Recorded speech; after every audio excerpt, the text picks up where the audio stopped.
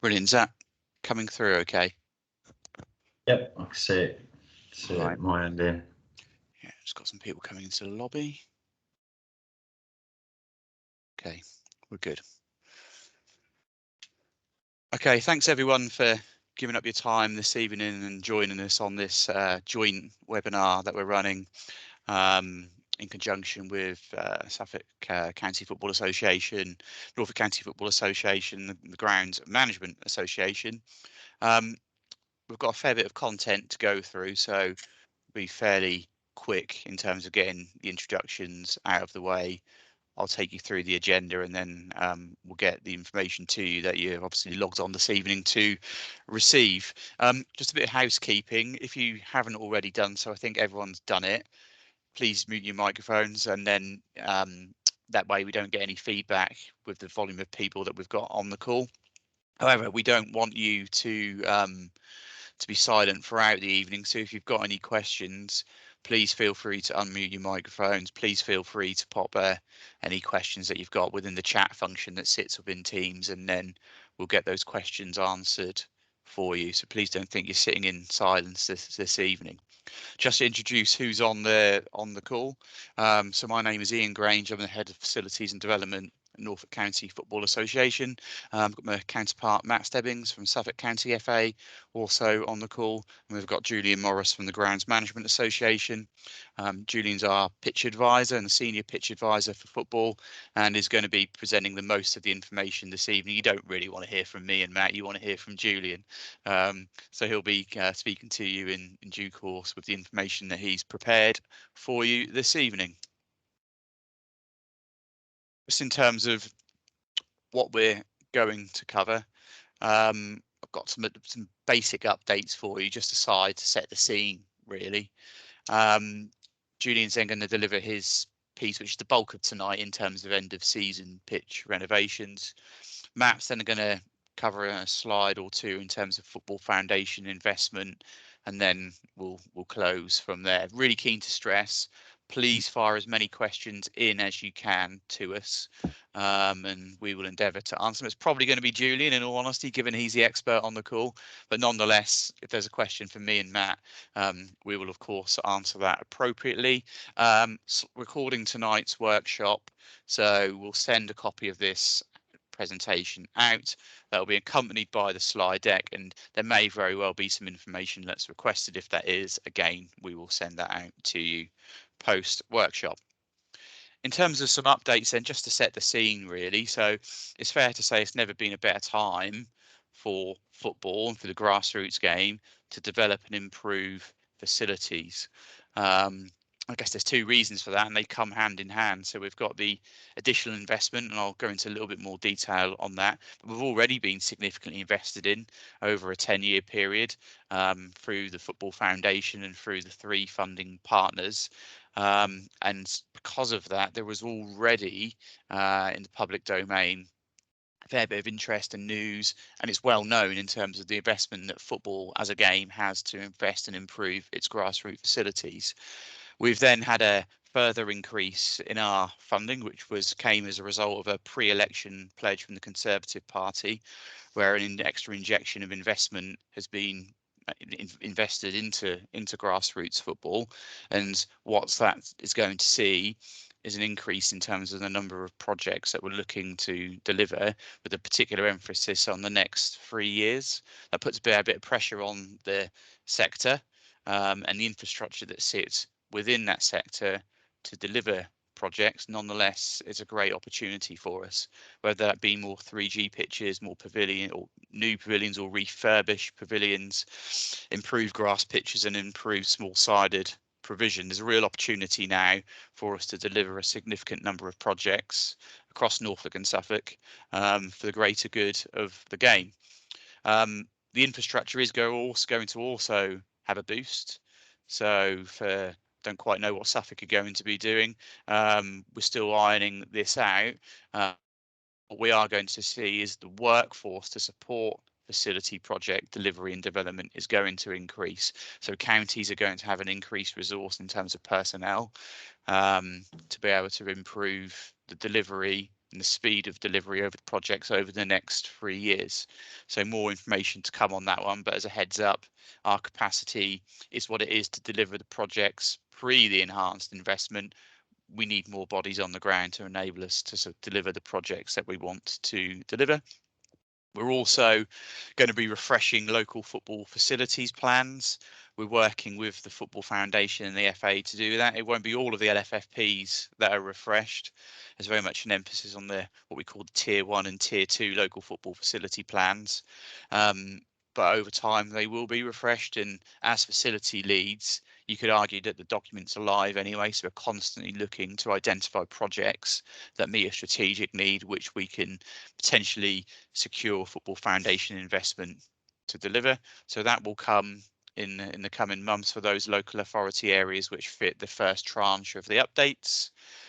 The Football Foundation are also revising their changing room guidance and pavilion guidance. It's quite out of date. If for those of you who have seen it or have used it or are familiar with the guidance documentation that's currently in the public domain, that guidance is on its last stage of being finalised and signed off, and then will be released ready for projects to use.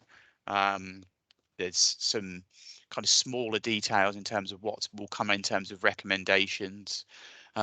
But I think the key point really is the facilities in terms of the guidance, the design principles will be fit for 2022, in particular around access to pavilions and changing rooms. So that is where the bulk of the change of the content will be centered around. As soon as that's available, we'll be circulating that as well as our other partners. Just the last one, you may or may not be aware, of course, there is goalpost funding that's in the public domain through the Football Foundation. There is a freeze at the moment in terms of goalposts being funded, that swing arm goalposts that don't have a back bar. So there are some goals. My own club actually has a set of these where they're either a 7v7/5v5 or 9v9 set of goalposts where these arms swing out and fold out, but then there's a back bar that goes across on the bottom. If there's a back bar that goes across on the bottom, they're fundable, but there are goals that are in the public domain that don't have the securing back bar. The foundation aren't funding those at this moment in time. That's based on a safety review that's currently underway. So just to make people aware, of course, the goalpost grants remain, and they're something that we absolutely encourage you to apply for and the investment to secure. But those swing arms with no back bar, those goals aren't currently fundable through the small grants process while we just work through the safety guidance iteration. Any questions on any of that?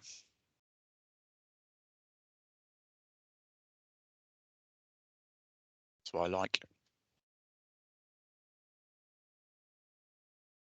Julien, over to you. What I'll do, do you want me to see if I can hand you presentation responsibilities? Yeah, If not, whatever works in, I can just say next slide, yeah, please, Ian, or whatever works for you. Yeah, let's do that because I probably won't be able to do it anyway. Teletext was my thing. No worries. Evening, everybody. So for those of you that haven't met me before, my name's Julien Morris. I'm the Senior Regional Pitch Advisor for football at the Grounds Management Association. So the Pitch Advisory Service, as it's now called, which launched last year, has gone into single sports. So we now cover football, rugby union, cricket and rugby league. And Phil Jego, who was my predecessor in the region, is now in a cricket only role, and I've moved into Central East to take on this region. So I've got Norfolk and Suffolk and 7 of the counties, as well as some kind of additional things that I'm involved with within my senior RPA role.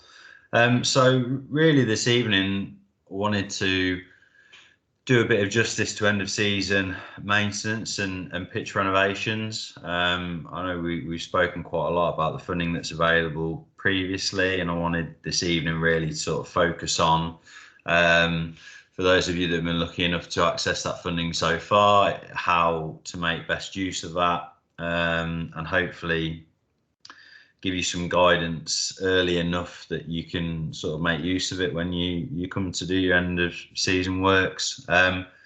What I should particularly emphasise about this evening, and Ian's alluded to already, is that these sessions really aren't about us. They're about you and you getting the most out of them as possible. So please, there's no silly questions. So, pop your question in the chat function, pop your hand up and unmute yourself. And there's not enough of us really that I'm too worried about having to keep everything in the chat. So if there's anything that springs to mind as I'm going through the slides, then please do ask if it's site specific to yourself. So just to kick things off, really, I just wanted to sort of cover the basics of what we're going to be talking about this evening, which is going to be firstly preparing your pitch for renovations. Yeah, I'm sure the slides will be sent out, Ian. Yeah. So yeah, preparing your pitch for renovations. For those of you that it's suitable for, we're going to talk a little bit about the cleaning out of the surface at the end of the season, so scarification and some of the other practices that we'll cover off.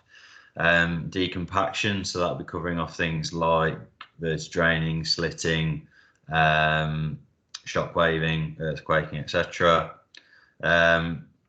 Restoring surface levels, so we'll talk a little bit about the top dressing of pitches, do's and don'ts regards that. Restoring grass coverage, so predominantly that's going to be overseeding and the best methods of doing that and doing it in the right way. Growing the new pitching once we've done all that renovation work. And then finally, I'm going to touch briefly on some sort of good practice in terms of weed control and timing that correctly in line with the renovation work that's been done. Next slide, please, Ian. So preparing for renovation. So the important point to emphasise is that if you have a budget and you are planning to do end of season work, and you haven't already started to plan those works and think about what those works might look like, then I'd urge you to do that ASAP. I worked in professional football for 10 years and I've been a grassroots volunteer for nearly 20. And it's pretty much a case of once one renovation period is out of the way, I'm thinking about and beginning to think about what I'm going to be doing the following year. And I'd say it's probably fairly good practice to sort of try and engage with contractors or machinery hire places or suppliers for materials, to be thinking about doing that kind of in January in future years to avoid risk of any disappointment in terms of the best slots. Kind of the reason behind that is that obviously these processes are fairly specialised. So if we're not doing the works ourselves and we're reliant on third parties, then most clubs and organisations are going to be looking to do this work obviously in a very similar window that's largely going to be sort of between the start of April and probably mid-May to end of May. You may otherwise end up with some of the work being done outside of the ideal windows, and if that does happen to you, then please feel free to drop me an email or pick up the phone. We can sort of talk about how you might be able to do things to maximise your budgets if it's being done outside of the ideal. And it is a busy time for suppliers as well. So if you're thinking about ordering top dressing or fertiliser or grass seed, again, try and place those orders sooner rather than later. And in some circumstances, contractors will supply the materials on your behalf. The only thing that I would say in that situation is that you make sure that they align with the recommendations in your pitch power report, for those of you that have had one, and try and make sure that anything that's being proposed by the contractor is kind of within the specification that's suggested within your report, and also have a clear idea of how long you expect your pitches to be out of use. So we'll touch on in a little bit the different ways that can vary, but I'd normally suggest to plan for a worst case scenario, particularly for those of you that don't have access to irrigation. If we work on the basis that we're going to have a 3-month drought like we did in 2018, then anything else is a bonus. Next slide, please, Ian. So the first thing I wanted to talk about really is kind of identifying a competent contractor. And it can be a bit of a daunting task as to kind of know where to start with this from the grassroots end. I'm quite fortunate across Norfolk and Suffolk that there are partners, and I'd encourage you to get in contact with Ian and Matt if you don't have a sports turf contractor already. But in some circumstances, we do come across some people with, perhaps lawn care businesses or not necessarily the knowledge and expertise in sports turf who can get involved in some of the work with football clubs. I just want to sort of emphasise that in a situation where you do engage with an experienced contractor, even if perhaps they've hired in the appropriate equipment or whatever it might be, it can cause issues, and it can cause some issues that are quite difficult and costly to repair. So I'd probably emphasise on sharing your pitch power report and the guidance within that with the contractor. I'll just pick up that question in a second. And like I said, showing a pitch power report for guidance and kind of making sure that yourself and the contractor are on the same page in terms of the work that's expected, and also trying to gauge the experience in this type of work that the contractor has. So have they got the appropriate equipment that aligns with what's in your pitch power report? Have they got references from other clubs that they've worked with and done this sort of work for? Have they got the appropriate qualifications, training and experience? Have they got qualifications in sports turf or horticulture? And as I said, it's important that they're using the right equipment to do the work as well. And one thing that's worthwhile also keeping in mind is that some of the larger contracting companies will subcontract certain elements of their work. So vertic draining or deep spiking is quite a common one that gets subcontracted. So again, how will the primary contractor keep an eye on that and supervise any works that are happening on site? And then finally, just making sure that all the contractor has all the relevant insurances in place in terms of their liability and anything like that. Next slide, please, Ian.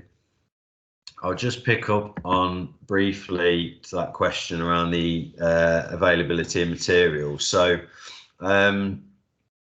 broadly, they are available, but as I said, what will probably come to a head at this time of year is kind of the demand for the materials at a given time. So as I said, it would be very much my recommendation that if you are looking at fertilizers or top dressings or grass seed, that you try and have those conversations sooner rather than later to secure what we need. I mean, there's lots of factors around the availability, COVID, potentially Brexit, and on the economic difficulties at the moment. So the earlier you can have those conversations, the better chance you've got of getting the materials that you're looking for.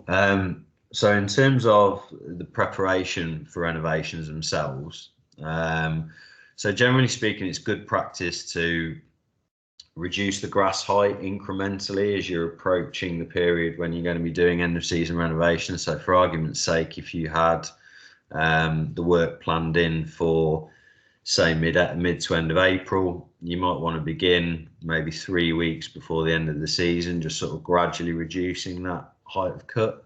And the reason why we do that is because it just makes it a little bit easier when we're doing any sand dressing or we're introducing any grass seed into the surface, or for instance, if we are doing scarification works it's always beneficial to try and reduce that grass height to somewhere between 15 and 20 millimeters is ideal. Another reason why it's good practice is because if you are seeding new seed and new grass into your pitch, obviously what we don't want to do is to leave the old grass at a height of say 35-40 millimeters, and then find by the time we're able to get the first cut on the newly germinated seed, the pitch is at 60, 70, 80 millimeters. So one thing that this helps to do is to manage the height of the existing grass that we might leave behind after the renovation works are completed. Also, good practice to mark up any services that you've got on your pitches before renovation contractors come in. If you are lucky enough to have irrigation around your pitches or in the pitch even, it's good practice to kind of mark those up, paint them up with a grass with a turf safe paint, marking of pitch corners as well, so you don't lose those. And it can be a good opportunity to get a bit of a head start on any heavily worn areas. So if you have got goal mouse or penalty or centre spots where you've got some low-lying areas, better to try and do some renovation and restoration work on those in the days kind of preceding when the renovation works are done, presuming that you're not sort of finishing a game and then straight into your renovations. A good opportunity to sort of try and do some of that levelling work on those areas. And then this is kind of the ideal time of year to be considering a soil analysis. So many of us will be thinking about applying fertiliser as part of our renovation process to support the new growth. And what we want to do, particularly in Norfolk and Suffolk, where there are a lot of sandy soils, Norfolk particularly, and they can rapidly leach nutrients, and turf can become quite nutrient deficient. So if, for instance, we haven't applied a fertiliser since the autumn, it's a good opportunity now to work with a fertiliser supplier to see if they can come and do a soil analysis for you. And what that'll essentially tell you is whether you are low on any particular nutrients in your soil, and it may also give you a bit of an indication of your soil pH and whether that could be causing you any issues with the health of your turf. So it's just a good starting point to have that as kind of the base information that kind of informs your fertilisation program for the year ahead. If you've been in receipt of grass pitch maintenance funding and you've got enough budget in there to do a couple of applications a year and no more, what we really want to make sure is that the fertiliser that you're applying is absolutely spot on for your pitch and is going to be best value for money for yourselves. Next slide, please, Ian. So the first thing to touch on really in terms of the actual renovation process is the cleaning out of the pitch and why we want to do that. And it's important to disturb and remove organic matter that's built up over the season. So that can be roots, stems, nodes that break down off annual grasses in particular. So if we've got a lot of annual meadow grass in our pitch, what we might see in the summer months is a pitch that has got really good grass coverage and we're really happy with.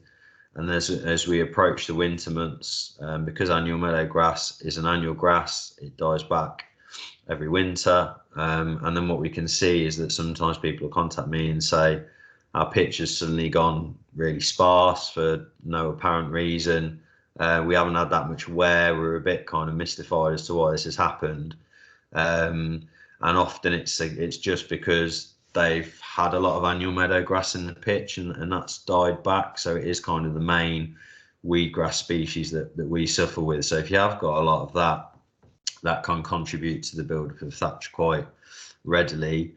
Hopefully not to the degree that you can see in that top image. That's quite an extreme scenario where you can sort of see that inch of spongy thatchy material there, which is going to make it really difficult for water, oxygen, any fertilizer that we're applying to sort of penetrate down into the soil. So sometimes if I go to sites and they say they've got surface water logging, sometimes what can happen is I'll take out a profile and actually the soil at depth is really dry, and that kind of rings alarm bells straight away, because basically it means that the water on the top isn't getting to the soil lower down where it should be. And one of the causes of that can be thatch. It can also be soil compaction, but thatch is a significant cause of that. So scarification can be a great way of just cleaning through that material and making sure kind of year on year we don't get too significant a build-up of that. So I'll talk about that in a little bit more detail, but you can kind of see in the bottom image the purpose of the scarification, where the blade sort of works through the thatch layer and helps to break that down. Next slide, please, Ian. So what are the different methods of cleaning out of the pitch? So I've touched on scarification a little bit already, but this is going to depend a lot on your budget and also the time that you've got to reinstate your pitch after renovation works. So scarification is a really broad term, but it can be as light as chain harrowing and raking your pitch in several directions and then sort of cleaning up the debris with a ride-on rotary mower or something similar that can collect that up. Or it can be as aggressive as you can see in that bottom image of using a turf stripper to kind of remove the turf surface completely. And really the consideration in all of the options here is do I have adequate budget to reinstate the pitch from the level of scarification that I'm doing? How long have I got before the pitches are in use, or are they going to be taken out of use at all? Are they going to continue to be used all the way through the summer for tournaments, etc.? So the various different methods that you can employ are going to depend a little bit on how aggressive you want to be in terms of that cleaning out process. What you can see there in image 1, which is a tractor mounted scarifier, is probably broadly the most popular and the most suitable method in a grassroots environment. Typically those machines will do kind of multiple passes to really clean a pitch out of a lot of the undesirable grasses, weeds and thatch as possible. But you can just do it in kind of a single direction. So if you were, for argument's sake, sharing your football pitch with the cricket outfield and you only had quite a finite window before cricket season started, you could just do kind of one pass with a scarifier pre-cricket season and then contemplate doing another pass post-cricket season. Or equally, if you only had kind of a 3 or 4 week window before your pitches are going to be back in use, you could kind of look at doing a fairly light scarification, so it's not removing too much of the grass and it's not going to disturb it too much. The bottom image 2, the use of a turf stripper or a corro as it's commonly known. Basically this sort of completely removes the pitch surface, and this is kind of common practice in professional football, but the very kind of significant consideration with this is it leaves you with a completely bare surface. So have you got the resources to increase the amount of grass seed that you're going to need to apply to reinstate that? Have you got access to irrigation? So, you know, if you're needing to reinstate a completely bare surface, you'd want to consider that as well.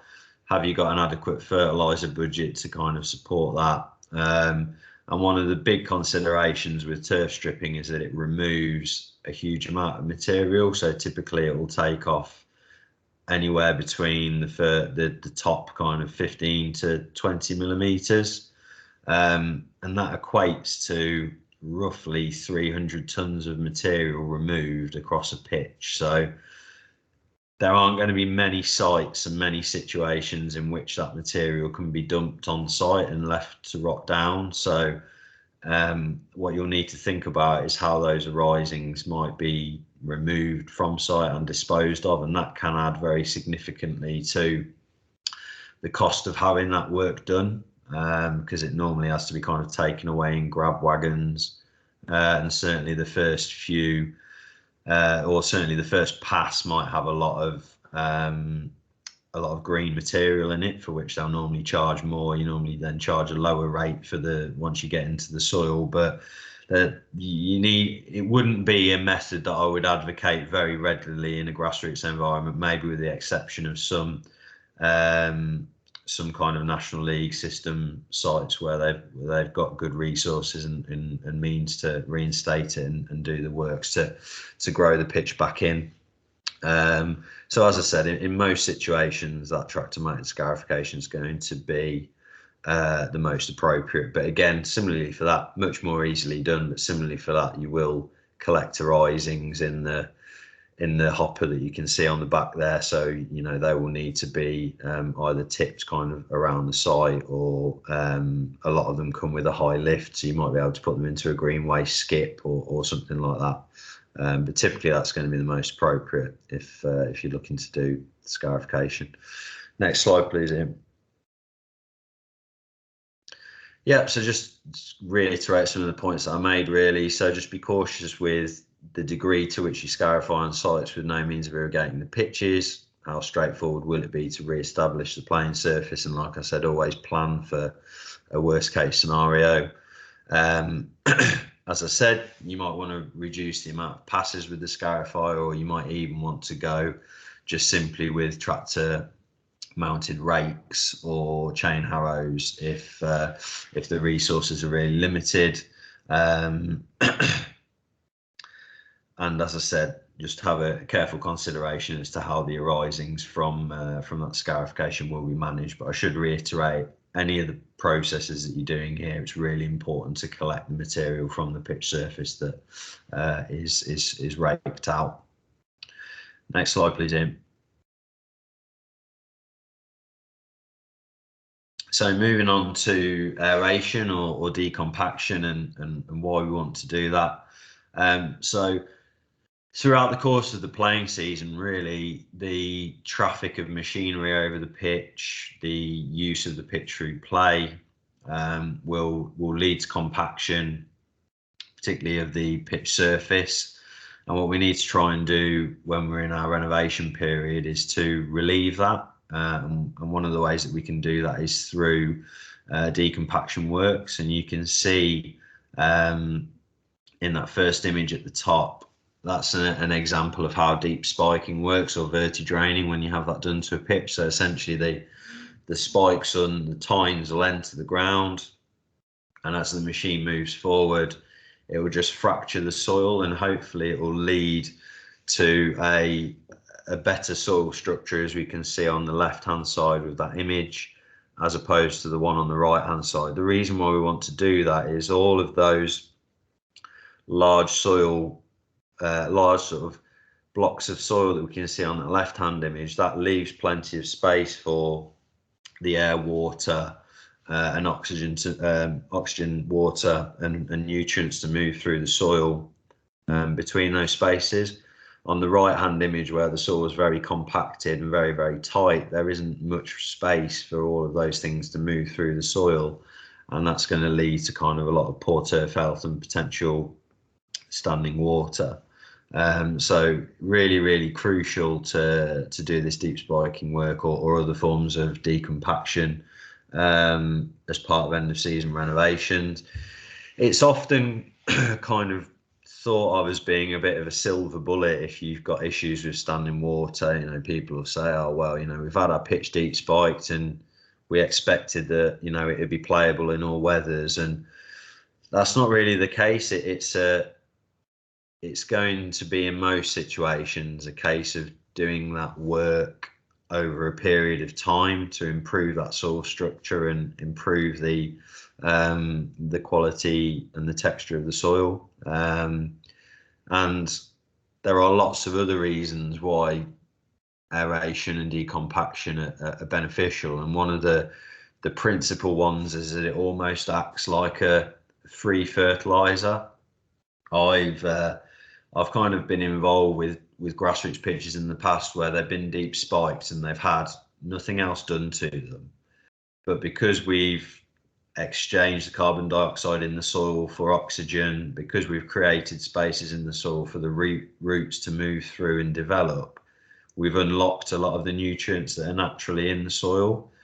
So it's quite common to see an increase in grass growth after we've done deep spiking, to see an improvement in turf colour.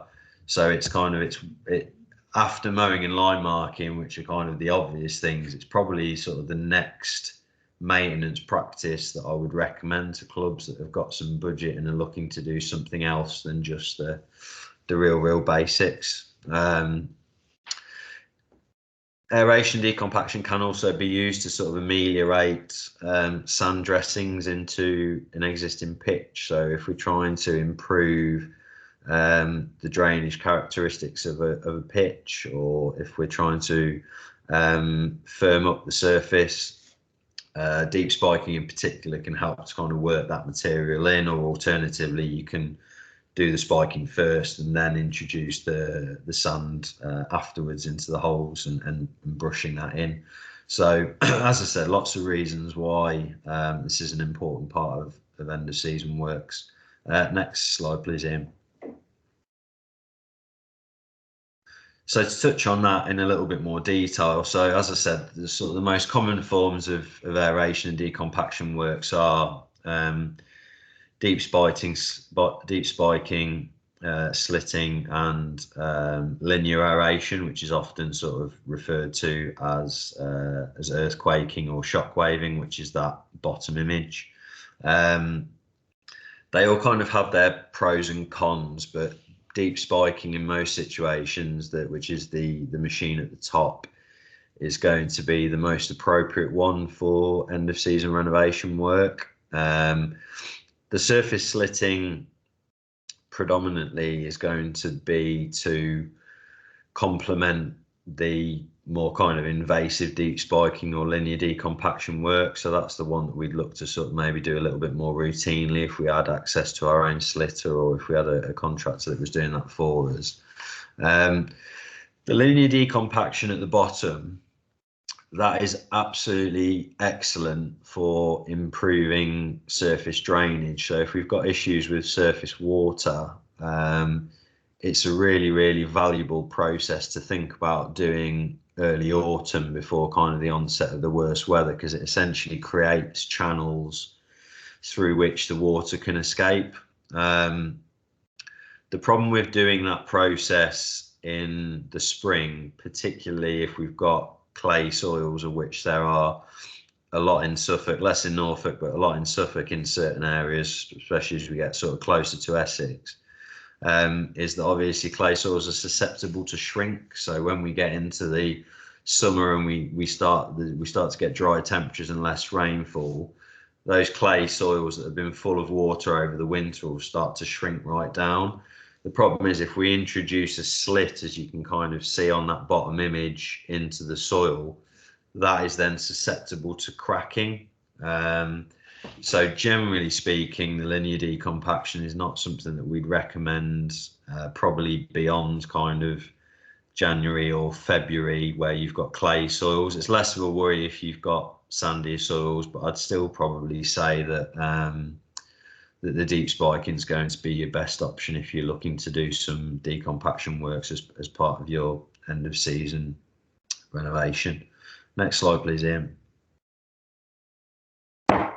So the points to consider in terms of deep spiking, so it comes with adjustable working depth typically, and options to add heave, and what that means is that is the angle at which the tines enter the ground. So as well as that forward speed of the machine kind of creating that fracturing motion, you can actually add a certain degree of heave at which the tines enter the soil. So if you have, for instance, if you had quite a bobbly surface after the season and you potentially didn't have the budget to top dress your pitch, but you still wanted to do something to try and even out the surface a little bit, using a deep spiker, as long as there's adequate moisture in the soil, using a deep spiker with maybe between 5 and 10 degrees of heave will just help to lift the turf a little bit as it moves along. And then normally they come with a roller on the back, as you can see on the bottom image, and that just helps to smooth the turf behind it. So again, that's something that you'd want to bear in mind or discuss with the contractor that was doing it for you. Another really important consideration is the hole spacing. So one of my absolute pet hates is when I go out to a site and I say, oh yeah, we've had it deep spiked, and then I'll see that the hole spacings are kind of 6 or 8 inches. They should really be around 100 millimeters between the holes, and that's going to be about 4 inches, and that's really, especially if you're only doing this once or twice a year, you want to make sure that it's being done properly into the right spacing. So again, using the information in your pitch power reports and using the information from this evening to discuss that with the contractor.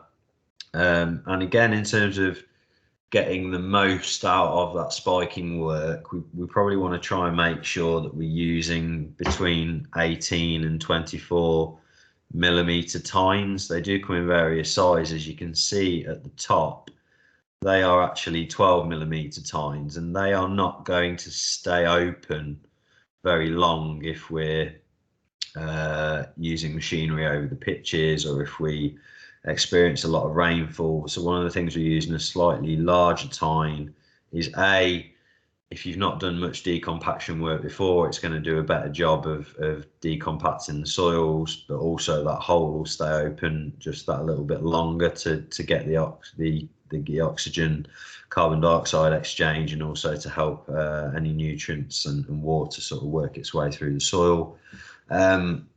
And one of kind of the important parts of doing pitch power is kind of having a look at what's going on in your soil when you take the soil sample, the soil profile, and getting a bit of an idea of where the compacted layers might be in your pitches. But typically, we certainly wouldn't want to work to any shallower than 150 millimeters or 6 inches, unless we've got a pan of stone or debris or something underneath that means that we can't work to that depth. And that's another reason really why the larger tines are a little bit more suitable, because they'll cope with heavier ground a little bit better. And we did touch a little bit earlier on with thatch layers. Deep spiking is an excellent way to sort of break down those thatch layers over time. It encourages the gaseous exchange and the bacteria in the soils that feed on that thatch and organic matter to kind of accelerate. So if you have got a buried thatch layer that you just know that turf stripping is not an option for you, or that it's going to take a long time to sort of resolve it through scarification, deep spiking is another good way of helping to break down that thatch layer. Next slide, please, Ian. So moving on to sand dressing. As I said, if anybody has got any questions as we go through, then please do interrupt or ask as we go along. So moving on to sand dressing. So why do we want to do this? Yeah, I'll come on to grass seed shortly, so I'll probably cover most of that off in the next slide or so. So obviously we know that kind of a true even surface where the ball rolls nicely across it with minimal deviation, there's good traction for players, and we've got a nice smooth surface is kind of going to produce a good playing experience. So top dressing is kind of one of the ways that we can help to restore that surface evenness after a season's play. If we have got clay soils, it can also help to kind of firm up that surface. So if we get kind of that sticky, kind of muddy pitch surface that doesn't make maintenance or play particularly pleasant, then adding top dressing can be can be one way of firming up that surface. It can help to improve surface drainage over time, but it is worth saying that 60 tons of sport sand equates to about half a centimetre's worth of material across a whole full-size pitch. So if you've got clay soils and you're wanting to kind of build up layers of material year on year to kind of make that pitch surface a little bit more free draining, it will take a number of years to do that. So you will probably see some improvement in surface drainage, but if you're really looking to kind of improve the soil texture over time and improve the drainage characteristics of the pitch, it's kind of a year on year process of building up that material to kind of give you that improvement in surface drainage. And the other sort of benefit, which is obviously one of the things that's fairly acute in our minds nowadays that we haven't got the chemicals to reach for, is that a sandier surface makes it easier to disperse worm casts. So there is limited kind of data to support the idea that sandier pitches naturally have less worms. What it probably relates to is that sandier pitches have typically less thatch and less organic matter, which is what worms feed on. So it might mean that they're a little bit less active in sandier pitches. But the one thing that we do know for definite is that if you've got a sandier surface, it makes worm casts a lot easier to disperse through brushing. It also won't smear and smudge the pitch surface in the way that worm casts do if you've got clay or loamy soils. So that's another benefit of doing sand dressing. Next slide, please, Ian. So what are kind of the main methods of doing that? So top dressing or sport sand, top dressing is kind of commonly referred to, but that can be the application of sand, soils or loams dependent on the sport that you're playing. So in cricket, loams are used kind of readily, in tennis as well. But in terms of winter sports pitches, we're going to be looking at a sport sand typically that is a medium sand to a medium coarse sand. So it might be something like an 80% sand, 20% soil mix, or a 70% sand, 30% soil mix, something like that. But the amount of sport sand that you're applying will depend a little bit on, number one, budget, and number two, how bad your surface evenness is and how much work that you need to do on that. So it could be as minimal as doing some work on goalmouth or centre or penalty spots to kind of top dress those a little and often to reinstate the level from play over the previous season. Or it could be a little bit more wholesale, like you can see the two sand spreaders that are pictured here, that will basically evenly distribute the sand across the surface. And as I touched on earlier, typically for a full-size pitch, and obviously you need to kind of reduce the amount down dependent on pitch size, but typically it's going to be somewhere between 60 to 100 tons of sand that you'd want to spread on your pitch. In most situations, 100 tons is going to be a little bit overkill unless you're starting with a completely bare surface. What you need to bear in mind is that when you're doing the sand dressing, what we don't want to do is to smother the grass underneath. So that's why it's important, if we're doing any work on localized areas, that we sort of do little and often sand dressing and maybe use a plastic landscaping rake or a brush to kind of brush that into the soil and get it off the grass.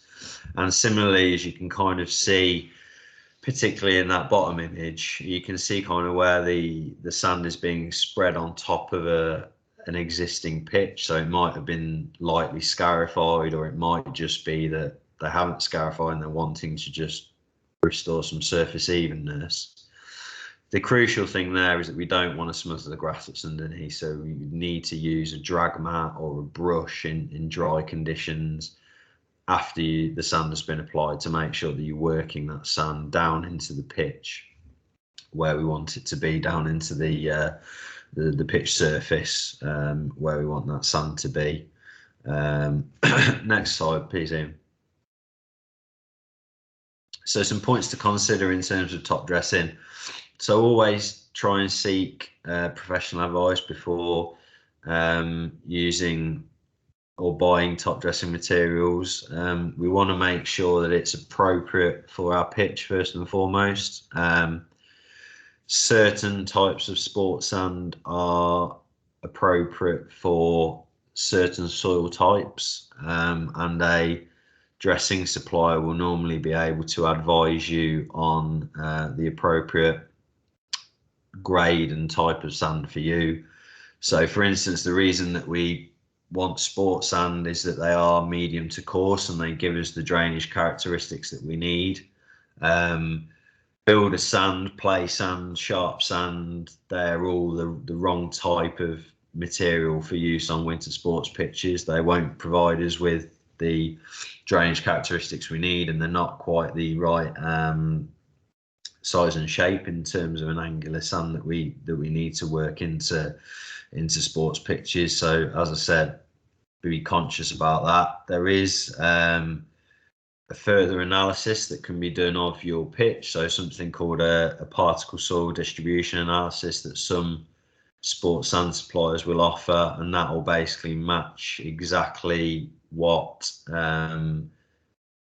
product they can offer to match your indigenous soil, or if you've got a pitch with drainage, again, really important to match the sand with your existing drainage channels to make sure there's no risk of any capping off, which can lead to water retention or root breaks potentially.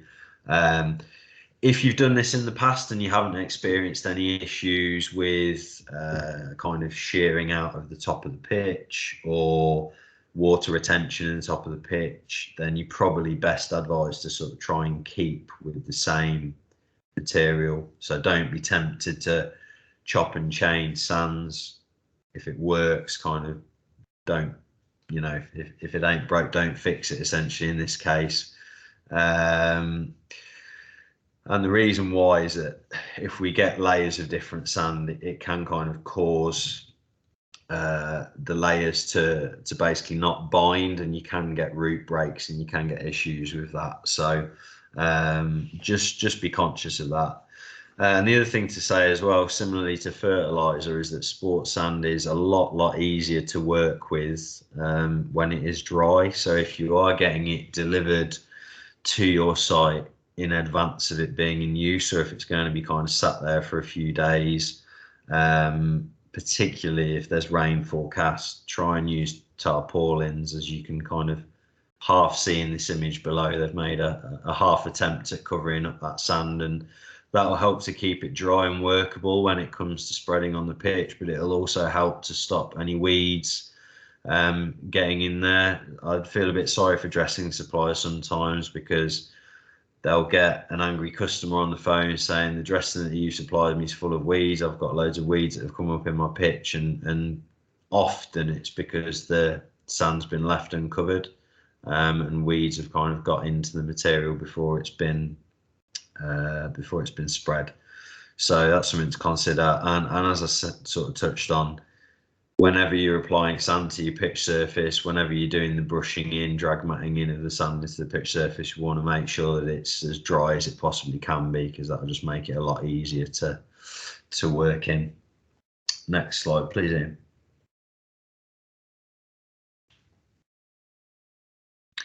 So restoring grass cover, and why we do this, well, this is obviously fairly self-explanatory, but you know, essentially it's obviously going to be to restore grass cover. So that might be from worn or thin areas from play during the season. It might be because we've done some scarification. But essentially what we want to think about when we're selecting grass seed and we're thinking about what we're trying to do is what are the desirable characteristics of a winter sports pitch. So we want it to be wear tolerant, we want it to recover quickly from wear, we want it to be drought tolerant, we want it to grow evenly and have good playing characteristics. And in most circumstances in a winter sports pitch, those elements are going to be delivered through use of perennial ryegrass.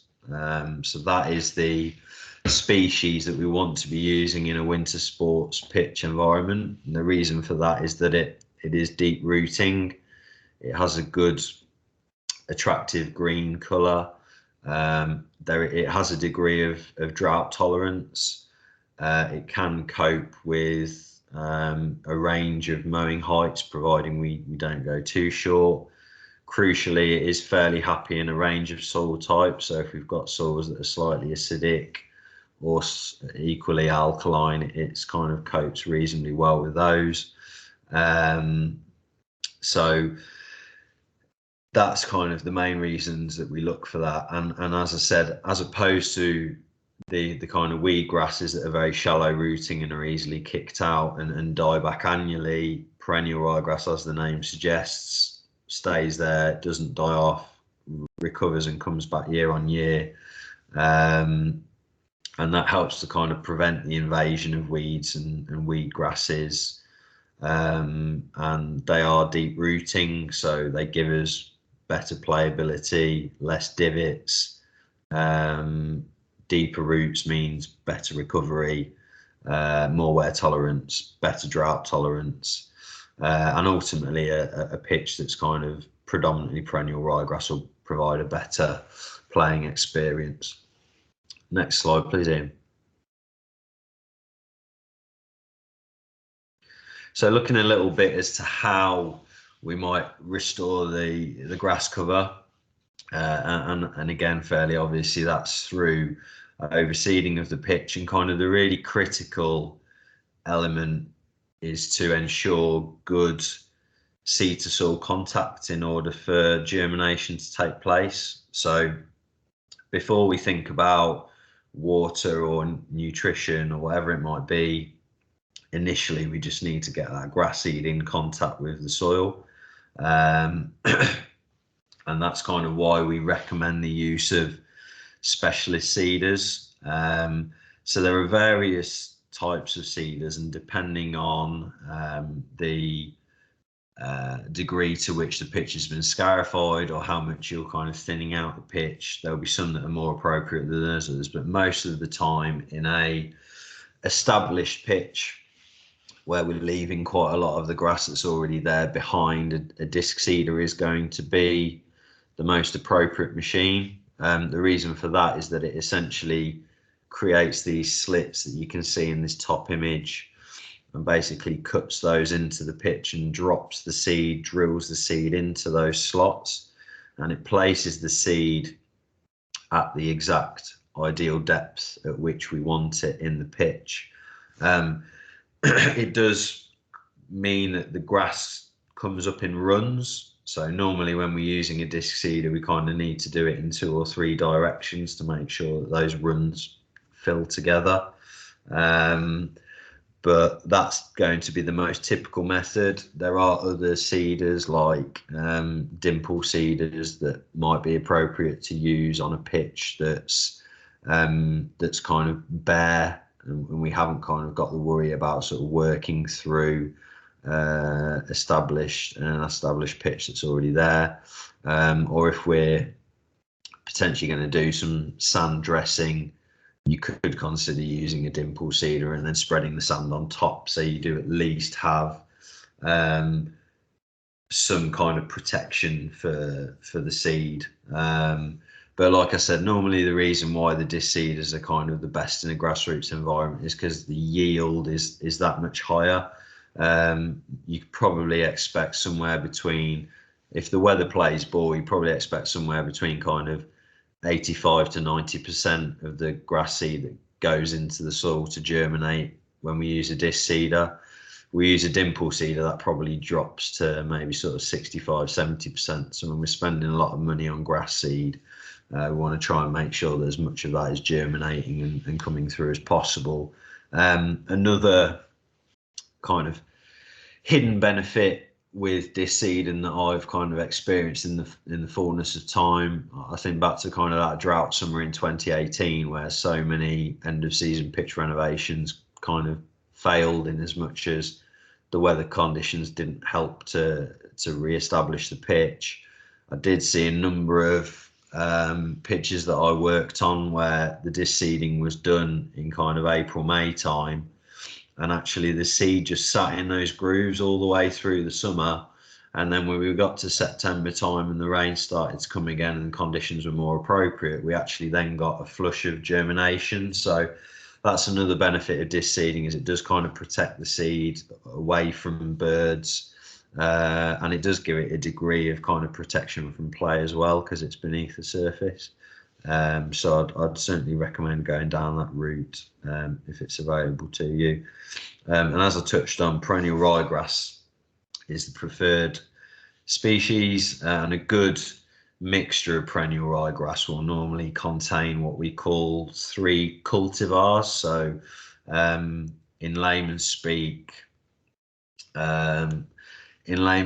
that's varieties. So if you kind of think of the varieties that you can get of carrots or whatever it might be, this is essentially the different varieties of grass seed, and each one will be bred with a specific characteristic in mind. So one might be drought tolerant, one might be particularly deep rooting, one might be very fast to establish and germinate. And basically on a good quality bag of grass seed, they will mix these varieties together to make a good seed mix. So that's something to bear in mind as well. And as I already touched on, the rate at which you overseed is going to depend a little bit on how worn your pitch is or how thoroughly you've scarified it. So that could be as little as 15 grams a square metre, which is probably going to be somewhere between 4 to 5 20 kilogram bags of grass seed for a full-size pitch, or it might be sort of 35 grams a square metre, which is more typical, which is going to be sort of somewhere between 10 and 12 20 kilogram bags. So it will depend a little bit, and you might, if you did go down the route of sort of turf stripping a pitch, you're probably going to be looking closer to kind of 50 grams a square metre, so upwards of kind of 16 to 18 bags of grass seed to kind of re-establish that pitch if it's completely bare. So I'll pick up that question around budgets at the end, I think, if that's okay. You can go on to the next slide, please, Ian. Yeah, so just again, some points to consider in terms of overseeding. So as a rough guideline, if we are disc seeding, we want to try and do that in 3 directions. As I said, roughly 35 grams a square metre, which is going to be about 10 to 12, 20 kilogram bags of grass seed for a full-size pitch. Important to make sure that if we are storing grass seed, that we keep it in the cool, and that we keep it in the dry and away from direct sunlight. What we obviously don't want to happen is for the seed in the bag to germinate or start to swell and chit before we get it into the soil. And also we want to bear in mind that we want to keep it sealed and away, ideally off the floor if we can, to kind of protect it from any vermin, depending on where we're storing it. And one of the questions that sort of does get asked a lot is to why kind of sports grass seed is so expensive. It actually takes 15 years to bring a grass species from research, breeding, trials and certification, all of that process. So to go from point A to the point where it can be sold is typically 12 to 15 years process. It is also quite challenging to farm grass seed and quite an expensive process versus other crops. So all of those things kind of contribute as to why grass seed is so expensive. And you can see that green ticket on that bag of grass seed in the bottom image there. And you might be able to make out, if you look very carefully, that there are 4 rows of text towards the bottom.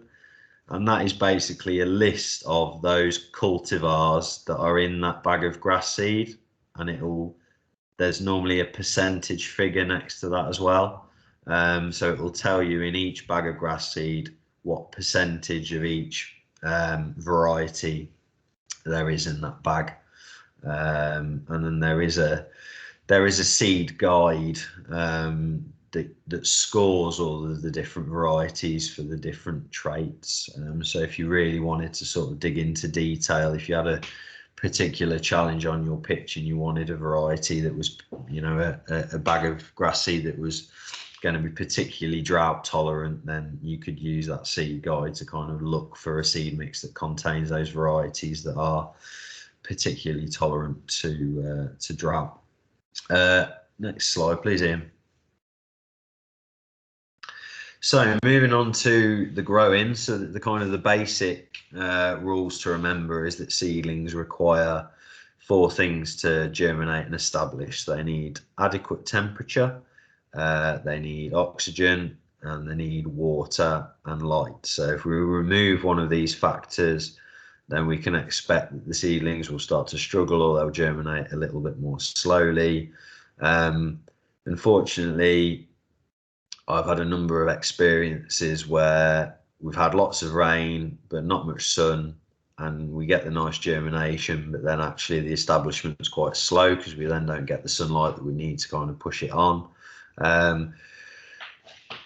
We also obviously had a very dry April and May last year. So again, that will have a significant impact if you haven't got means of irrigating your pitch on the speed of establishment. The worst case scenario really is that we get a week or 2 of weather that helps the seed to germinate, and then we hit a drought for a month. That's the absolute nightmare, because that's the situation in which we'll have a germinated grass plant and then it's probably too juvenile to cope with the drought and then might die off altogether. So hopefully in most circumstances we'll be lucky enough to avoid that, or a summer like 2018 where we have no rain for 3 months.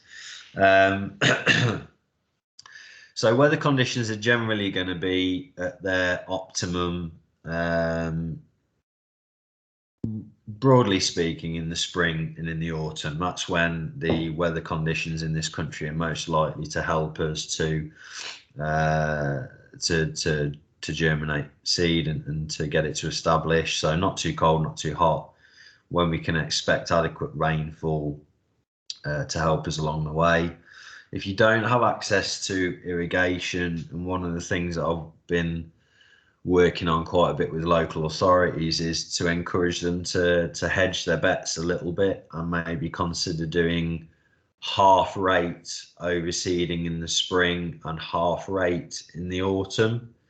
And that will mitigate a little bit against the risk of a drought summer like we had in 2018, where if we do get several weeks or months of no rainfall, you can at least say with some certainty that if we're going to do overseeding work in the autumn, whilst it's not ideal as the pitches are going to be played on, you are at least going to have a much better chance of germinating and establishing some of that grass seed. So it can be a good option to bear in mind, particularly if we're unlikely to get our pitches seeded before May. That May to August window is kind of the one that I call the high risk window, the toss of a coin window, where really we're kind of basically reliant on the weather gods being kind to us if we're seeding during that period. In the right conditions, perennial ryegrass will normally germinate in 7 to 14 days. In a grassroots scenario, 14 days is probably more typical. And if you have got any means of irrigating areas, then your best bet is to sort of focus on your most worn areas, which are likely to kind of be your goal mouths, your penalty and centre spots. Next slide, please, Ian.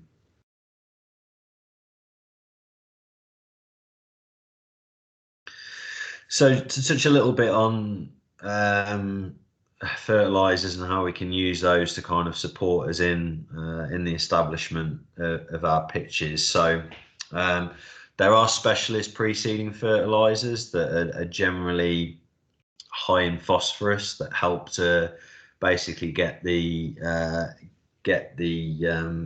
young seedlings going and give them the nutrient they need to get going, throw their roots down, photosynthesize and start maturing. So those pre-seeding fertilizers tend to have a fairly high amount of phosphorus in. Also crucial that we get some potassium in there for new root growth. So often pre-seeding fertilizers will kind of contain a good percentage of potassium as well as nitrogen. And if you're not familiar with what kind of the three numbers on a bag of fertilizer mean, the first one is nitrogen, the middle number is phosphorus, and the last number is potassium. So a very typical pre-seeder might be a 696 analysis if it's a kind of a straight release pre-seeder. A lot of you that have got grass pitch maintenance funding, it's probably going to be a better option to try and apply a controlled or slow release fertilizer that's going to help with that germination, but also carry your pitch through a few months in terms of nutrition. So if you have only got adequate budget for 1 or 2 applications a year, you want to try and be looking at a fertilizer analysis that's sort of fairly balanced. So something like an 18-5-18 would be fairly typical, and that's not going to cause a huge flush of growth. Like I said, particularly in a control release fertilizer, there's some nutrients in there that all sort of released instantaneously, and then there'll be some in there that kind of is a slow burner over a number of months.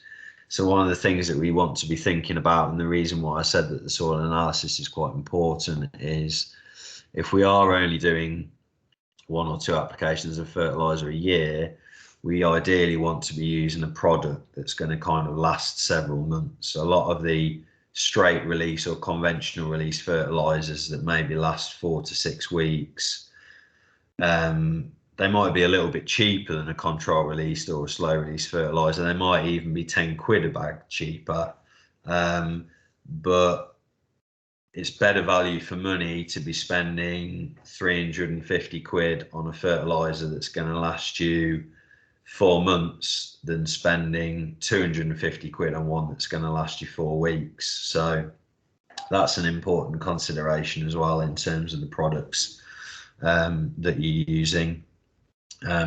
If you do historically kind of struggle to get gall mouse to re-establish after a season's wear, you might want to consider giving germination sheets a try, or a cheaper alternative to those can be scaffold netting. Essentially, you apply your grass seed to the surface, you do your renovation work, and then you would use the germination sheets basically to protect that grass seed underneath and help it to sweat and create the environment in which it will germinate more quickly. It'll also help to retain any moisture that you do get, helps to warm up the temperatures underneath. But then as soon as you kind of start to see those shoots of growth, you then want to get that off so that the sunlight can start to get at it and promote the growth. You don't want to leave them on too long because that can create issues with disease potentially, and the new seedlings not getting enough sunlight. Once we're in a position where our grass is adequately established, we then obviously want to be thinking about the first cuts that we do to the pitch, and this is why I said it's quite important to try and reduce the grass height of the grass that you're sort of leaving behind. So ideally, and I appreciate this is, as often this is, it's an ideal case scenario. It's best practice if you can to use a machine with rotary blades rather than cylinder blades for the first cuts. The reason is that the rotary action of a spinning blade will simply just top off the new growth, what can sometimes happen with the spinning action of a cylinder blade is it might, if some of the new plants aren't quite well enough established or rooted, it can pull some of those out. So it's probably not going to be a huge issue if you've left the pitch to establish for long enough. But if you do have both options on the table, then it's probably something that you want to bear in mind. The absolute thing that we do definitely want to do is make sure that the mowing blades are sharp and are not tearing at the grass sleeve, that they're providing a nice clean cut. And normally speaking, we're going to want the new grass to be at about 40 millimeters before we give it a first cut. If you're quite into your grasses and you have a keen eye, and a perennial ryegrass, they'll normally sort of come first leaf, second leaf, third leaf. So normally once your grass reaches third leaf, then it's mature enough to start getting its first cuts.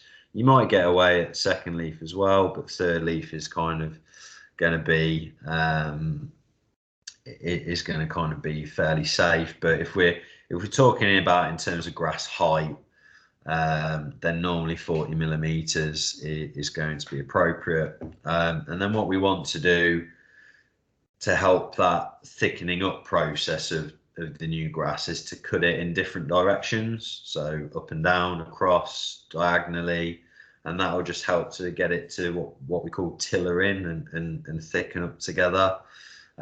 So you can cut it in one direction, and you can then sort of come back on yourself and push it in all different directions, and that will just help the grass plant to thicken up.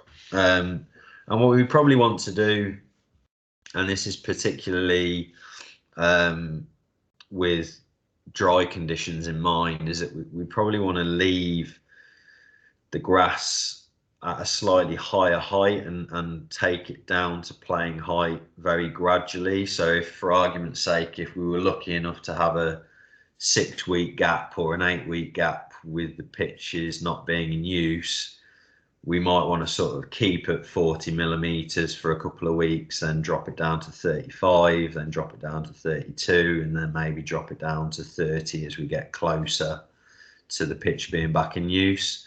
And the reason why we want to do that is lots of reasons. It will be more tolerant to any stresses like drought that we do get if there's a little bit more grass left.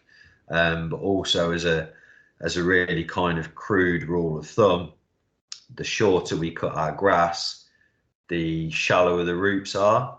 So actually, if we leave a little bit of extra length on the grass, it encourages the roots to get down and develop.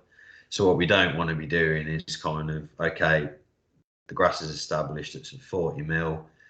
I'll shave it down to 25 mil because that's the height we need at for play when play resumes. Ideally, we don't want to do that because it will just stress the turf and it'll encourage shallow rooting, which we don't want. And as I said, the rule of thumb is to sort of try and not cut any more than a third of the grass leaf down at any one time. Next slide, please, Ian. Yeah, so that sort of brings us nicely on to the final part of the process, and what I'll probably so Barrenbrug and Rigby Taylor are two suppliers of grass seed essentially. So Rigby Taylor they're a consumable supplier, so they supply everything from grass seed to line marking paint to fertilizer to liquid feeds to chemicals, etc. Barrenbrug, by contrast, are purely a grass seed supplier. So they supply everything from ornamental lawns to golf appropriate grass seed to winter sport seed. So they're just two suppliers of grass seed essentially in this scenario where you're comparing the two. The thing that I should say about the renovation works, and I haven't touched on already, is that we want them done in sequence. So normally we would want to complete those works within a few days. So for argument's sake, if we were doing scarification. Then potentially we were thinking about doing some sand dressing. Then we might look to do our overseeding, and we might look to do our deep spiking last of all, and then we'd apply our fertilizer last of all. Different contractors will do things in a slightly different order. There's no kind of hard or fast right way or wrong way. It's going to depend a lot on what you're trying to achieve and the order in which you're doing things and why you do them in that order. But if you have got any concerns in that regard, or a contractor suggested something that you're a little bit unsure about, then by all means drop me an email or give me a ring, and we can kind of chat that through as to the reasons why we're doing that. But I think principally what I always try and say to people is have a careful think about what you're trying to achieve when you're doing your renovation works.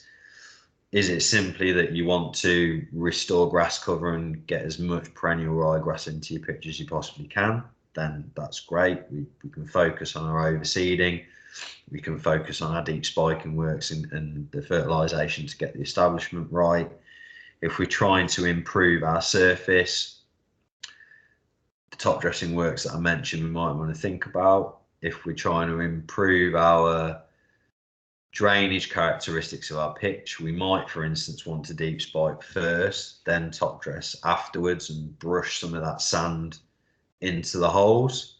And in that scenario, we might actually need to apply a little bit more sand, because we're obviously losing quite a lot of it into the holes that we're creating. So there's lots of different ways of ordering the works, but the key thing is that obviously once we've got that grass seed in the pitch, we then don't want to be disturbing it when it's starting to germinate. So we don't want to be seeding and then applying sport sand a week later and then deep spiking 2 weeks after that.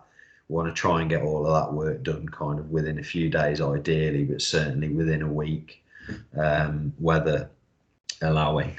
And then the last thing really that we want to be thinking of last of all is what we do about weed control. So the first thing that I should say is that in order to apply any chemical with what is called a MAP number, you need a pesticide spraying license.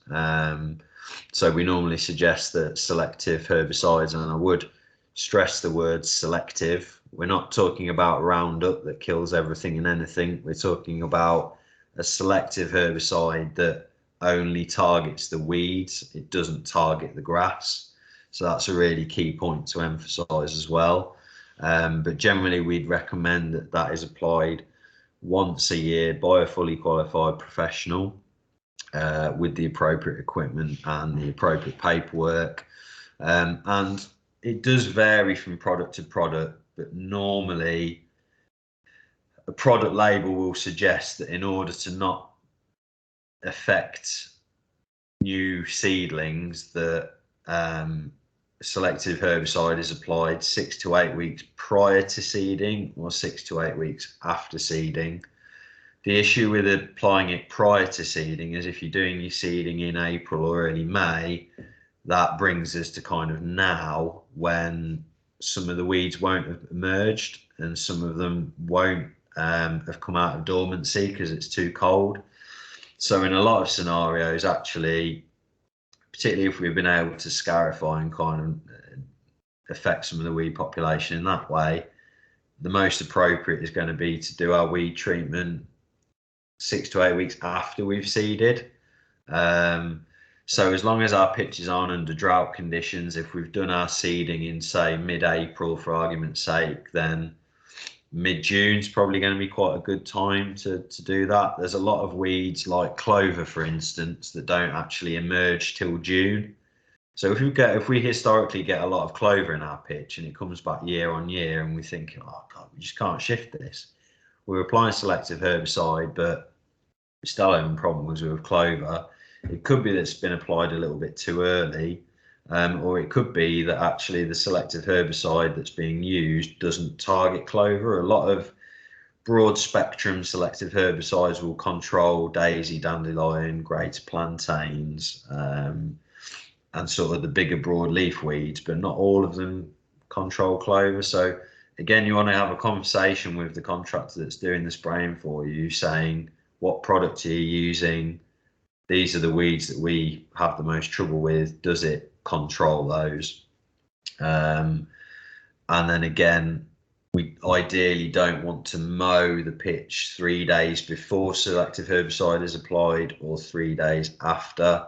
And the reason is that we don't want to kind of open up the grass leaf by cutting before we spray, because it can stress the turf. And equally, we don't want to cut any of the weeds by mowing after we've applied, because again, it might mean that we're cutting those weeds down before the herbicides actually got into the weed itself. So that's a little bit of practice there. The one thing that I should stress is that if you do have a sprayer or a pedestrian sprayer or anything like that, the certification that you require is only for chemicals with a MAP number. So liquid fertilizers, spraying, I don't know, if you had moss and you wanted to spray iron sulfate, you don't need a chemical spraying license to spray those. So it's purely for chemicals with a MAP number. So you obviously need the competence to know how to calibrate a sprayer and apply it accurately and evenly, which is another question. But you don't necessarily need PA1, PA2 or PA6 pesticide spraying licenses to spray liquid fertilizers, iron sulfate, etc. It's purely for those chemicals that have a MAP number associated to them. So I think you'll be glad to know that broadly brings me to the end of what I was talking about. I think I did have, before I sort of open it to questions more widely, I think there was a question around how much would you roughly budget for a full-size pitch a season.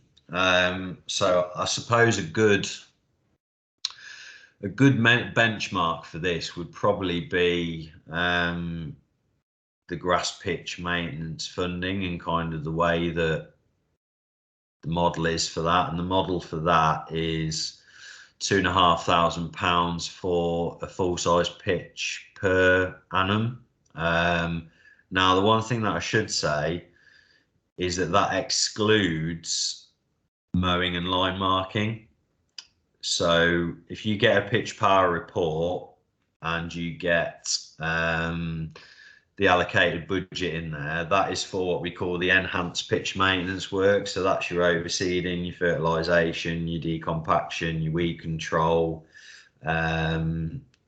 anything else that might be recommended, but it doesn't include routine mowing and line marking. So that is probably a reasonable basis to work to. There will be other factors that come into play with that. How often our pitch is used, the standard of football that is being played on our pitch, our soil type. So if we've got a very sandy soil, it might need more applications of fertilizer a year than a clay soil, and we then might need to allocate more budget potentially.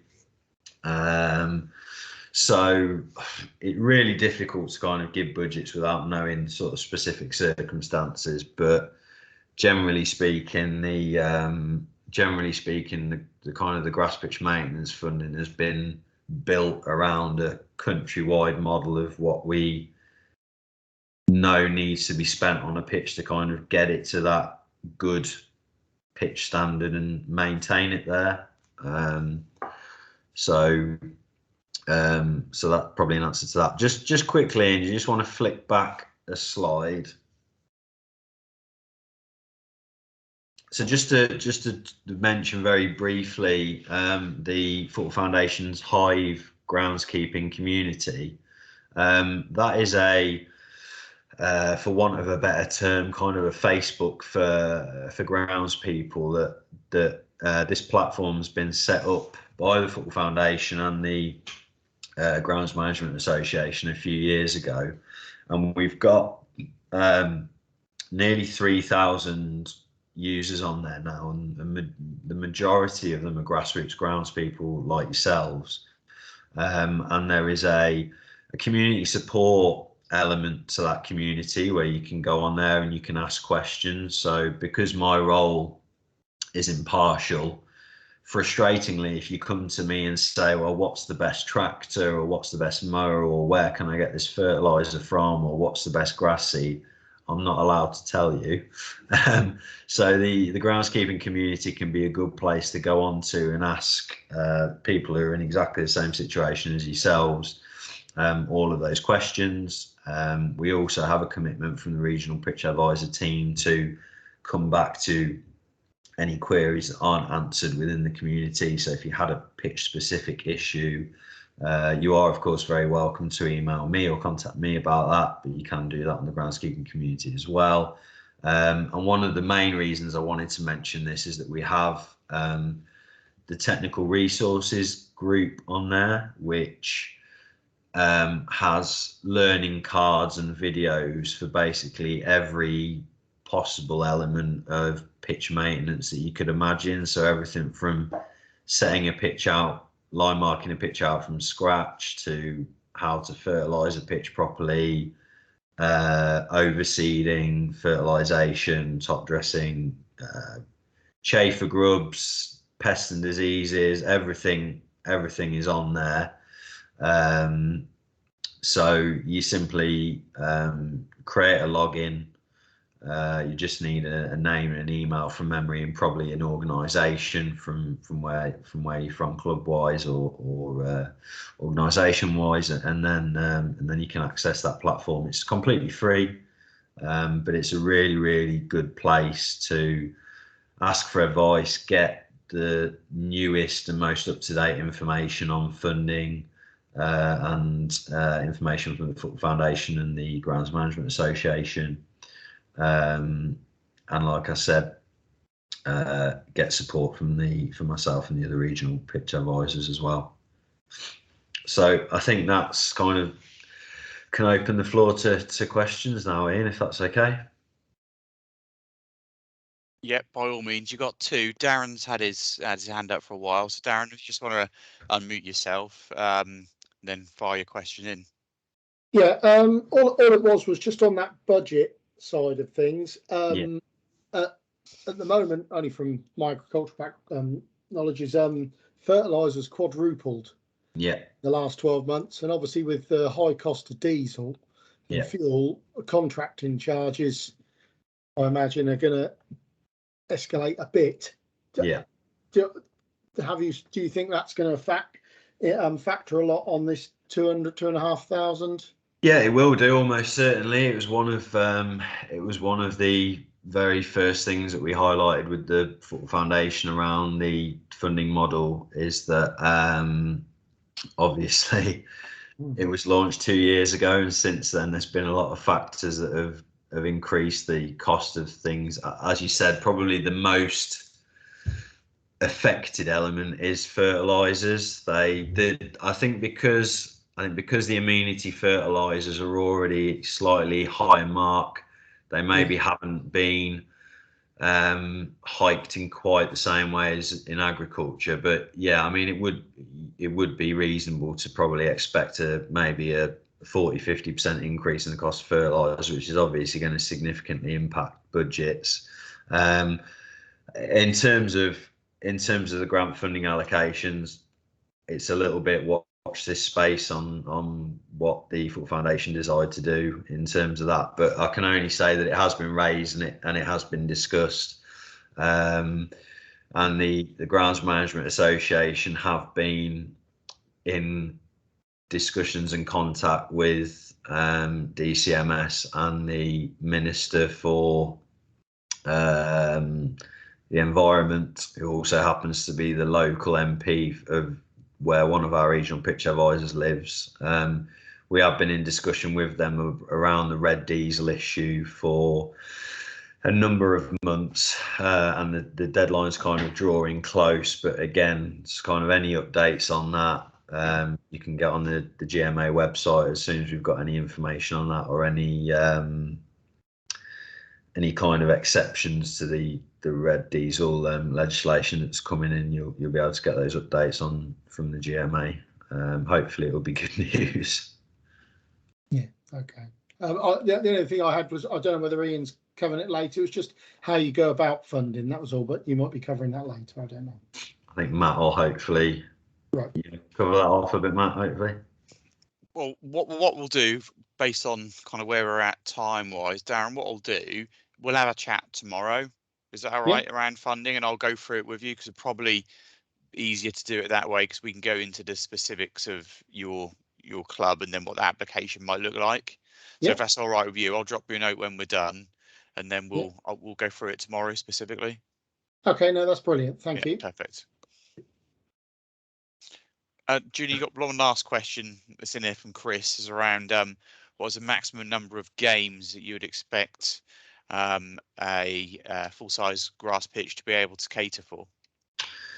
So the rule of thumb is that a natural grass pitch without drainage or reinforcement can cope with between 4 to 6 hours a week of usage as a maximum. So you might be able to get more usage out of a pitch in the summer months when it's kind of recovering readily. But as a rule of thumb, if your pitch is kind of being used more than 4 to 6 hours a week, and really that is adult usage. Obviously, junior usage as a rule, we probably would say that that mini soccer would be maybe 2/3 less damaging than an adult pitch. Obviously, it depends on the volume and kind of the intensity of that use. But 4 to 6 hours a week is kind of the benchmark. It's not uncommon on grassroots pitches where pitches can be in short supply, but teams often aren't. You know, I have heard of pitches being used for kind of 80, 90 games a season. But if I was to tell you that Wembley would be horrified if they had as many as 55 games in a season, it gives you a bit of an idea. But yeah, I mean, 4 hours a week usage. But as I said earlier, if we're getting beyond that, particularly in the winter, when we're not getting the recovery, that's when the conversations need to be happening within the club around how do we increase investment in the pitch to mitigate that additional usage. There's always going to be kind of a ceiling to how much we can hammer a grass pitch before it starts to decline. But when I worked in professional football, we had kind of indigenous sand ameliorated pitches, but obviously we were maintaining them to a high standard, but they were being used for 12 hours a week. Now, they didn't have any drainage in them, apart from the stadium pitch, obviously. The training pitches didn't have any drainage in them. And they were able to kind of sustain a decent amount of usage, but obviously it's relevant to sort of how much maintenance can be done, how much resource we can put into the pitch in terms of fertilizer. If a pitch is being heavily used, it can be a good idea to kind of, again, if budget's allowed, to do a bit of an autumn overseed, as I alluded to earlier, in kind of the high wear areas. So kind of 6 yard to 6 yard line, box to box, is a good place to kind of do an autumn overseed to kind of give you a little bit more grass cover going into the winter. So yeah, that gives you a little bit of an idea. You got your hand up, Colin? Yeah, so it's just a question about the funding again. And so, Ian, I guess you'll speak to Darren about this tomorrow. But just in terms of, obviously, say for example, you were awarded, the maximum amount, £2,500, kind of in year one. Then presumably, if you then did a complete the pitch power up the next year, and perhaps you'd improved it somewhat, would you then be still a bit eligible for some money, but perhaps not as much, so you'd have a lower level of funding? So basically, you would eventually see improvement over several years, but I presume there is a limit to how much you would receive funding. So basically the grass pitch maintenance funding is allocated over 6 years. Right, so okay. Basically, when you do your initial pitch power inspection, the reason why we trying to get everybody to do them in this current mandatory window is that we want to capture pitch quality when it's at its worst, So what we want is good pitches in the winter. We don't just want good pitches in the summer when they're not being used. So basically, if your pitch is poor or basic, you'll be able to access that full 2,500 to enhance you to the good level. So that's called the Enhance Fund. There's also now a Sustain Fund for pitches that are already at good or advanced, to sustain them at that level. And basically that's kind of 6 years of money. So it's if after 2 years, so the first 2 years are up front, if after 2 years your pitch has gone from poor to good, you then don't lose that element of funding because your pitch is improved. It holds firm over 6 years. The only way that it varies is that it tails off years 3 to 6, and that's where the partnership contribution from the club or organisation kicks in. So Ian and Matt will be able to go into more detail on that, but that's kind of broadly how it works. The only point to add is that if anybody on this call has accessed the grass pitch maintenance funding already, it is a terms and conditions requirement to do 2 pitch power submissions a year. So if you haven't done one, particularly between the 1st of November and the end of March, that is the mandatory submission window. So that is the window when we absolutely want you to provide a submission. So you have only got a couple of weeks left to provide one of those. Pitch power is going through quite a major improvement and overhaul in April. So it will be offline from the 1st of April till hopefully no later than the 21st. But ideally, we would like you to provide a submission before the end of March if you haven't done so already. But what I should say, because of the way the submission windows work, there's 3 a year. The mandatory one is as I said, 1st November to the end of March, and then there is 2 optional windows, which is the 1st of April till the end of June, and the 1st of July till the end of October. So you ideally would provide one in the mandatory and one in either of the 2 optional windows. So a great example would be one in September and one in February, or one in October and one in March should be kind of would be the ideal. But when pitch power gets upgraded, you will get reminders that will hopefully give you a little bit of a reminder of when your inspections are due, which isn't a feature of the app at the moment unless you're kind of physically logged in. All right. Perfect. Thanks, Julien. I think that looks like that's wrapping up the questions. All the questions are now finished. So what we'll do next is tomorrow the recording will come through on Teams, so we'll send out the link to that, and then we'll send out a PDF of the slide deck to you. We had a few who couldn't come, and Matt similarly, so we'll send a copy of the slide deck out, so you've got that to accompany the presentation this evening, and feel free to utilise that as you will. Darren, I've dropped you a note just around catching up tomorrow, so as and when you can, have a look at that, and then we'll get some time in the diary. Just to say a thank you on behalf of myself and Matt to Julien. As ever, it was invaluable information that we're able to access, and he's certainly a wealth of knowledge. So we're really grateful that you've given up your time to be able to help our clubs this evening, because coming up to a real crucial window in terms of those works being carried out at the end of the season, and we always want to get it right. So anything that we can take from this evening that helps us to do that is massively appreciated. So big thank you to Julien again for his time. No, pleasure. Thanks for everybody logging on this evening, giving up your time. More to the point. Yeah, no, it's been great, and thanks for everyone for coming. I hope you found it useful. Matt, you got anything that you want to add before we close? No, just to say that cheers, Suffolk clubs that are on the call. I didn't get to do my bit. Julien, spent too long talking, but that's fine because he's the wealth of knowledge. So again, same offer to my lot. I've dropped my email in the chat box if you haven't got it. So just drop me a line over the next couple of days, and we can go through small grants, grass pitches, and and how we can get the money to do the work, because there is money in the game. The foundation are keen to get it out. So yeah, there's money there. We just need to eke it out and make sure it hits Suffolk and Norfolk. Perfect. Thanks all. Have a good Thanks, evening, everybody. and we'll catch up soon. Bye. Cheers. Thanks, guys. Thank you.